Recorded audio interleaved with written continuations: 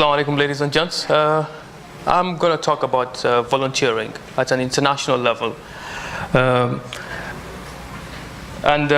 Just for you guys to know, I'm scared of mics, yeah? So volunteering, it's a topic where most of us who think we can do a lot of volunteering through buying fridges or cleaning mosques. It's all volunteering. Smiling, it's volunteering. So these are just a few places where I have been around the world volunteering in Oman, from Oman to across East and Eastern Africa. I work for this organization called Tahaddi Oman, or Outward Bound Oman, which is a non-profit organization supported by His Majesty. And recently we got a royal decree. I'm a senior instructor in Outward Bound, where I teach these skills, communication, team building, and we also come every year here in Salal. This is the places I work. The outdoors is my home, my second home. I always live in the outdoors, either sleeping outside under the tents. We encourage people to clean our environment because it's part of the Oman, educating people to make sure we keep Oman clean. We teach about also volunteering, emphasizes on volunteering, the people in Outward Bound, which we use as some of these young people in Oman who has been making differences in our communities. Which most of one person I like is Nasr al-Kindi, who makes sure we keep the beach clean, and they are one of the people who have inspired me. My journey in Outward Bound led me to what I'm doing, and also my education. So I go to places around Africa, and I don't give them money. I'm not giving anyone money. It's how can I share my knowledge to these people? How can an Omani make a difference to other cultures? It's not feeling sorry for them, it's basically empathy. You end up learning more and more from these volunteering trips. And from the trips, I've seen my recent trips were in Zanzibar, where I was told the best place for you to volunteer as an Omani, go to Zanzibar. And I went to Zanzibar. And a lot of Omanis in this country, we donate a lot of money to these countries, but we do not have an organization taking care of our resources. Yeah, other countries, they do have an organization taking care of their resources. They know every single rial, how it's used. For us, we do not know. And I went in Zanzibar and I saw it. I saw complete poverty, from luxury life to people suffering. I stayed with these schools where girls were wearing hijabs for, it's their only hijab they have, day and day. I also visited orphans, stayed with orphans for many days, lived with them, which I felt really sorry for the things they go through in life. But again, I was not there to feel sorry for people. My objective was to find a best place for Omanis. Where can Omanis go to volunteer? Where can Omanis be given a chance to explore the world, to represent Oman, and for them to be ambassadors of Oman through volunteering. I also bumped into a group of girls, for example, a small story, where they were literally reading the Quran. Yeah? They were busy reciting, and I found it really interesting. And I said, okay, I'm going to go to them. I'm going to see what they're going to say. And they asked, what are you doing? We're reading this and this and this. So I told them, read this, and they were reading. Read this, and they were reading. And then all of a sudden, these young girls and boys, they told me, Muhammad, read this. And I stood blank, like completely blank. And I told them, I don't know. As an Omani, as a person living in the Middle East, I felt really ashamed. Why ashamed? We have everything in this country. And some of the things, we take them for granted. We criticize our schools, we say they're not good. And I felt really ashamed. A small girl from an African country telling me, read this, and I couldn't. Yeah, it showed me to feel the things I felt. I cannot really describe it, to be honest, but it's extreme shameful. I felt. So you continue your journey. You meet people who do not have water, for example, simple necessity, and we were walking maybe for 2 hours just looking for drinking water, clean water, yeah, because there's cholera. You don't want to get sick. So imagine walking for 2 hours looking for water, and we always bumped into kids like this drinking water. And I really felt sad. I'm like, oh my God, or young girls like this carrying water. And I was telling my other volunteers from Finland, in Oman, we just stop at our car and we call for water. They're like, no, you're lying. I'm like, it's true. And it is true.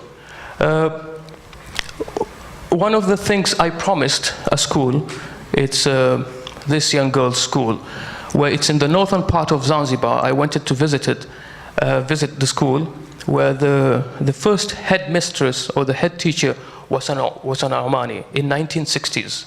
Until today, she's the only female head teacher in that school. And I said, I'm going to visit them and see what I can, just have a look. And the first thing I saw was this little girl going down a pipe and drinking water from it. And you just feel, oh my God. As soon as she lifts that pipe, it falls down. So she has to hold it. And the conditions inside are extremely bad. You find kids sitting down, no really books to read from, but they need to get educated. It's their passion, they have dreams, and they go to.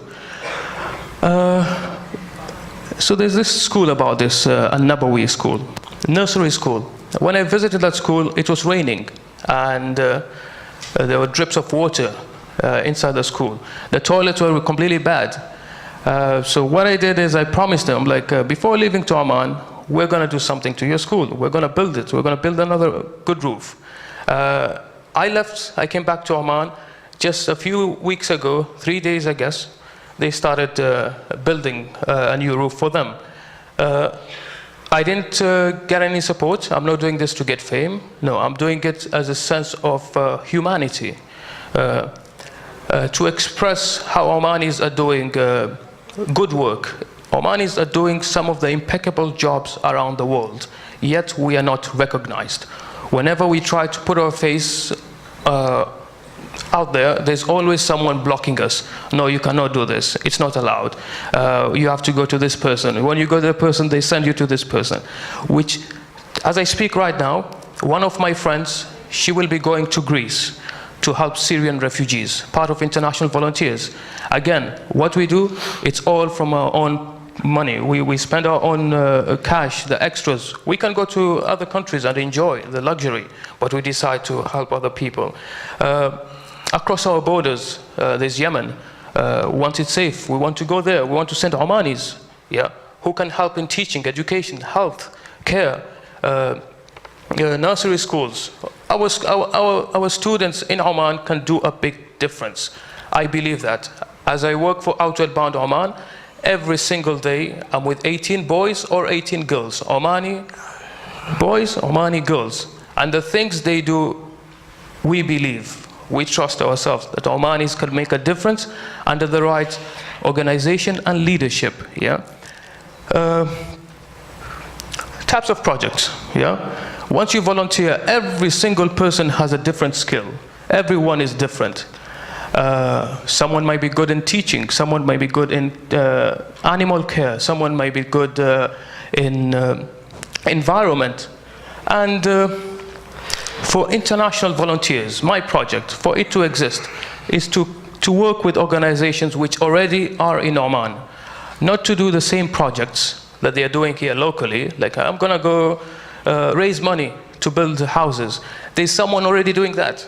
Why should I copy the same idea and do it? It does not make sense. You just add another project which will create hurdles. So the best way is to work with those organizations which exist and to work with one of the biggest organizations in the world, such as UNICEF, Plan International, Aga Khan Foundation, Save the Children, CARE from US. From this organization, we will be able to learn from them new skills which we'll bring to Oman. Than just saying, I'm going to do something which at the end of the day, after 2-3 years, you're going to stop and the project stop. We don't want that. Partnering with people like Dubai Cares. They operate in 41 countries. Dubai Cares is run by Sheikh محمد bin Maktoum. And education above all in Qatar. They are the ones who are doing big differences. I've met Dubai Cares in 3 countries. And the first thing I see Dubai Cares, the first impression I meet Dubai Cares, I feel jealous. And I also feel proud. Why? I'm like, oh, they're my people. We're doing this. And they're making a difference. They're exposing their youth, their education to, they're giving Emiratis a chance to go abroad to learn new skills. And employment today, most employees or employers, they look for extra skills. What have you done to stand out from that person? And we have our youth. A lot of Omani youth are jobless. So for 2 years, instead of you sitting at home, why waste your time? Be like other people. Go to other countries, do something meaningful, like volunteering.